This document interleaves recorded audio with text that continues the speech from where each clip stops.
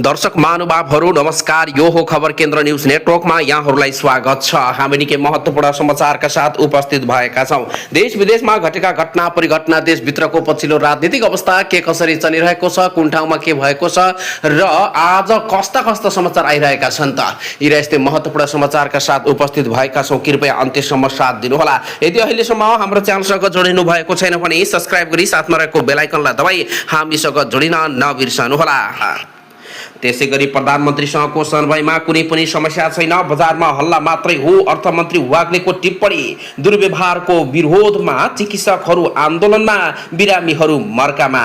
मुख्य मार्गमा छैन सहमति। डाक्टर केसीलाई सत्ता पक्षीय सांसदहरूको थुमथुमाई मात्र, भएन कुनै पनि कार्यान्वयन। सत्ता केन्द्रित सहकार्य होइन, सिद्धान्त र विचार मिल्नेहरूसँग एकता हुन्छ। नेकपा एमाले सुदन गुरुङलाई उपसभापति बनाउन रवि लामिछाने सकारात्मक।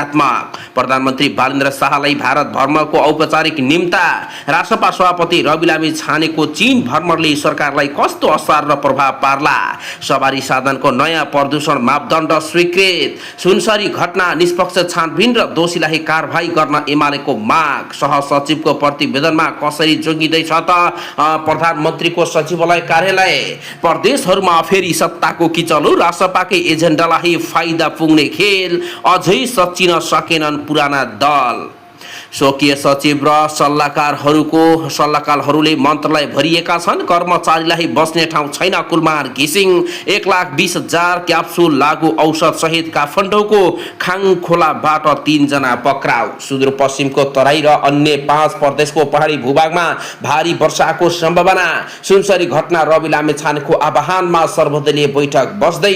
प्रमुख निर्वाचन आयुक्त प्रस्तावित कार्कीमाथि सुनवाई हुँदै। हिरा यस्तै महत्त्वपूर्ण समाचार छन्। हामीसँगै रहनुहोला। कहाँबाट हेर्दै हुनुहुन्छ, के भन्न चाहनुहुन्छ, तलको कमेन्ट बक्समा गएर कमेन्ट पनि गर्न सक्नुहुनेछ। अब सुरु गरौँ समाचार विस्तारमा। सुनसरी घटना रवि लामिछानेको आह्वानमा बस्दैछ सर्वदलीय बैठक। सरकारको नेतृत्वकर्ता दल तथा राष्ट्रिय स्वतन्त्र पार्टी रासपाका सभापति रवि लामिछाने सुनसरी घटना लगायतका समसामयिक विषयमा छलफल गर्न सर्वदलीय बैठक आह्वान गरेका छन्। बैठक आज बिहान 8 बजे सिंहदरबार स्थित सार्वजनिक लेखा समितिको हलमा बसिरहेको छ। छलफलका लागि संघीय संसद प्रतिनिधित्व गर्ने सबै राजनीतिक दललाई आमन्त्रणा गरिएको छ। त्यसबाहेक उपेन्द्र यादव, महन्त ठाकुर र सीके राउत नेतृत्वका दलका पनि बैठकमा बोलाइएको रासपाले जनाएको छ। सभापति लामिछानेको सचिवालयका अनुसार सबै दललाई पत्राचार गरिसकिएको छ। साथै लामिछानेले विभिन्न दलका नेताहरूसँग आफै फोन गरेर पनि बैठकमा सहभागी हुन आग्रह गरेका छन्। रासपाका महामन्त्री विपिन आचार्यले सुनसरीको संवेदनशील घटनापछि सामाजिक सद्भाव र शान्ति सुरक्षा कायम गर्न राजनीतिक तहबाट पनि साझा सन्देश आवाज भएकाले सर्वदलीय छलफल आयोजना गरिएको बताएका छन्। अत्यन्तै संवेदनशील र दुःखद घटना तथा त्यसले निम्ति आएको असहजता, अव्यवस्था सामाजिक रूपमा फैलिन सक्ने देव न्यूनीकरण गरी सद्भाव र शान्ति सुरक्षा कायम गर्न प्रशासनिक प्रयास जारी रहँदा राजनीतिक रूपमा पनि सामूहिक सन्देश र अपिलको आवश्यकता बोध भएकाले छलफल योजना गरिएको आचार्यको भनाइ छ। सोही अनुसार यसमा जानुपर्ने छ र छलफल हुन लागेको रवि लामिछानेले सर्वदलीय मिटिङ बोलाएका छन्। अब लागौँ अर्को महत्त्वपूर्ण समाचार। प्रधानमन्त्री बालेन्द्र शाहलाई भारतको भ्रमण औपचारिक निम्तो। प्रधानमन्त्री बालेन्द्र शाहलाई भारतीय भ्रमणको औपचारिक निम्तो आइसकेको छ। भारतीय विदेश मन्त्रालयका प्रवक्ता रणधीर जयसवालले प्रधानमन्त्री शाहलाई भारत भ्रमणको औपचारिक निम्तो दिइसकिएको खुलासा गरेका छन्। मंगलबार नयाँ दिल्लीमा आयोजित विदेश मन्त्रालयहरूको नियमित प्रेस ब्रिफिङमा प्रवक्ता जयसवालले सो खुलासा गरेका हुन्। पत्रकारहरूले प्रवक्ता जयसवाललाई यसबारे प्रश्न गरेका थिए। जवाबमा उनले नेपालका प्रधानमन्त्री शाहलाई भारत भ्रमणको औपचारिक निम्तो दिइसकिएको जानकारी समेत गराएका हुन्। त्यसपछि भने अब कहिले जाने भन्ने कुरा अहिलेसम्म तय भने भएको छैन, तर प्रधानमन्त्री बालेन्द्र शाह अब छिटै भारत भ्रमण जाँदै हुनुहुन्छ भन्ने कुरा प्रष्ट देखिएको छ। अब लागौँ शेखर गोल्छ्याङलाई 1 करोड धरोटीमा छाड्न आदेश। सर्वोच्चले दियो यस्तो आदेश। व्यवसायी शेखर गोल्छ्याङलाई धरौटीमा छाड्न अदालतले आदेश गरेको छ। जिल्ला अदालत काठमाडौँकी न्यायाधीश दय प्रतिमा कुमारी भट्टराई पोखरेलको इजलासले मंगलबार सुनवाई गर्दै गोल्छ्याङलाई 2 कसुरमा छुट्टा छुट्टै धरौटी निर्धारण गरिएको र सोही अनुसार धरौटी राखिएको बताइएको छ भने सोही अनुसार उनलाई रिहा गर्न निर्देशन पनि दिएको छ। उनलाई बिमा सम्बन्धी कसुरमा 75 लाख र धितोपत्र सम्बन्धी कसुरमा 25 लाख रुपैयाँ धरौटी निर्धारण गरिएको जिल्ला अदालत काठमाडौँका सूचना अधिकारी शिव खतिवड़ाले जानकारी दिएका छन्। उनलाई गत 10 वैशाखमा नेपाल प्रहरीको केन्द्रीय अनुसन्धान ब्युरोले नियन्त्रणमा लिएको थियो।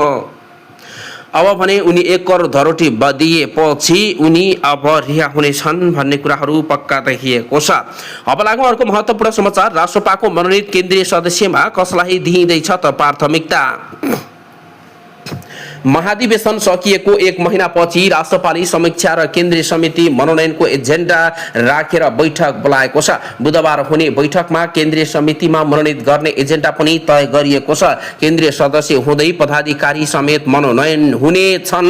मनोनयनमा स्थापना कालमा केन्द्रीय सदस्य रहेका र अहिले पार्टीमा सक्रिय भूमिका निर्वाह गरिरहेका व्यक्तिहरू प्राथमिकतामा पर्न सक्ने नेताहरूको भनाइ छ। राष्ट्रपाले 2079 साल असार 17 गते निर्वाचन आयोगमा 21 सदस्यीय केन्द्रीय सदस्य समितिको नाम पेश गरेको थियो। तत्कालीन समयमा केन्द्रीय सदस्य बनेकाहरू अधिकांश सक्रिय राजनीतिमा छन् भने कतिपय निष्क्रिय पनि छन्। तत्कालीन समयमा निर्वाचन आयोगमा बुझाएको 21 जना केन्द्रीय सदस्यहरूको सूचीमा रवि लामिछाने, डोल प्रसाद अर्याल, डाक्टर मुकुल ढकाल, कविन्द्र बुर्लाकोटी, दीपक राज बोहरा, विपिन कुमार आचार्य, महेश्वर घिमिरे, बसुमाया तामाङ, उपेन्द्र पाण्डे, ईर्ष्या मुला मिया, गणेश पराजुली, शोभिता गौतम, कुसुम महर्जन, विष्णु कुमार श्रेष्ठ, रामकृष्ण भट्टराई, डाक्टर प्रतिमा अधिकारी, गीता रेग्मी, डाक्टर राकेश यादव, प्रतिमा कञ्जुल, रविना घिमिरे र एलिजा गुरुङ थिए। सभापति रवि लामिछानेले प्रवक्तामा डाक्टर मुकुल ढकालको थप पदीय जिम्मेवारी सहितको सूची पेश भने गरेका थिए। राष्ट्रपाको यो 4 वर्षीय यात्रामा सक्रिय राजनीति गरेर केन्द्रीय सदस्यसम्म करिब 50% प्रथम महाधिवेशनमा प्रतिस्पर्धा गरेनन्। राष्ट्रपा गठन गरी निर्वाचन आयोगमा त्यस बेला पेश गरिएका केन्द्रीय सदस्यहरूमा 9 जनाले नयाँले महाधिवेशनमा सोही पदमा प्रतिस्पर्धा गरेनन्। पूर्व सहकोषाध्यक्ष बसुमाया तामाङ सहित अघिल्लो केन्द्रीय सदस्यमा रहेका नेताहरू उपेन्द्र पाण्डे, ईर्ष्या मुला मिया, विष्णु कुमार श्रेष्ठ, रामकृष्ण भट्टराई, डाक्टर प्रभात अधिकारी, प्रतिमा कुलुम र एलिजा गुरुङ र महेश्वर घिमिरे लगायतले प्रतिस्पर्धा गरेनन्। महाधिवेशनको समयमा बिरामी परेका कारण ईर्ष्या मुला मिया सहभागी हुन नसकेको जानकारी गराइएको छ।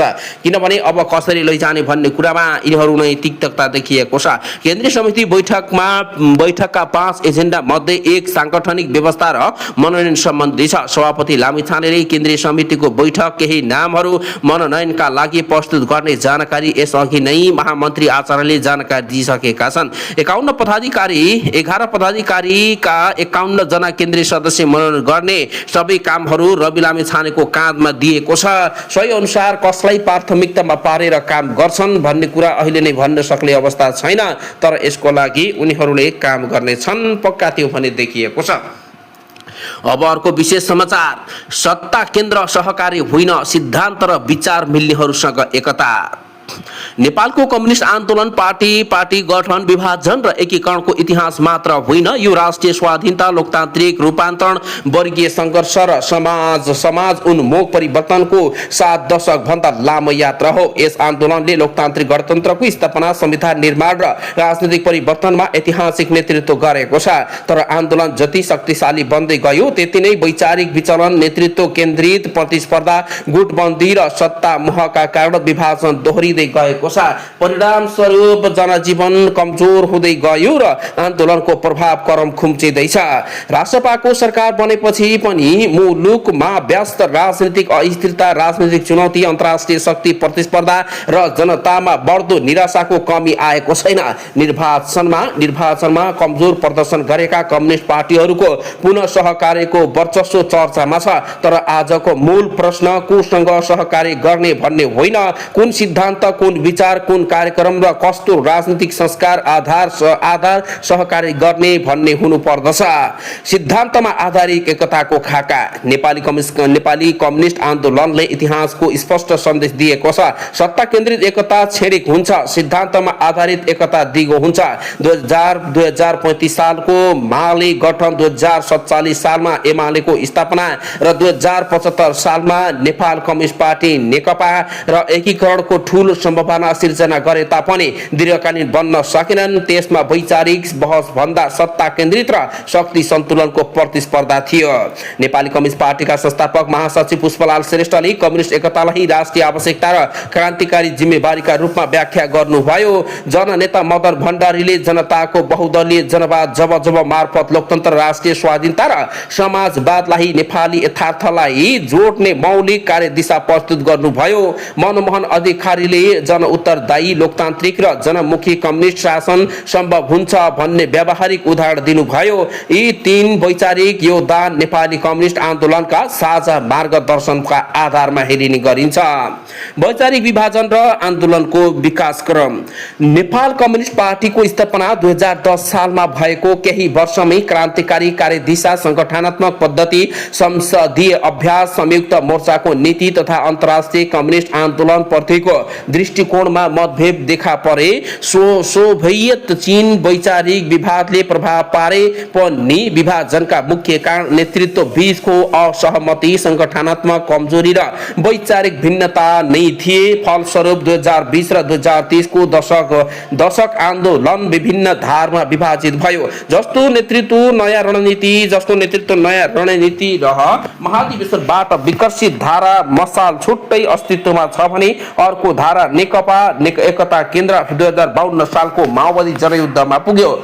2035 सालमा गठित नेकपा माले र झापा आन्दोलनबाट विकसित शक्तिशाली संगठित गर्दै जनआधारित आन्दोलनलाई राष्ट्रिय विस्तार दियो। आत्मसमीक्षापछि यस धारले लोकतान्त्रिक प्रतिस्पर्धा र जनतालाई शान्तिपूर्ण परिवर्तनको मध्य मार्ग रूपमा स्वीकार गर्यो। यही विकासक्रमले 2046 सालमा वाम प्रजातान्त्रिक संयुक्त जनआन्दोलनको सञ्चालन गरी पञ्चायतलाई खारेज गरियो।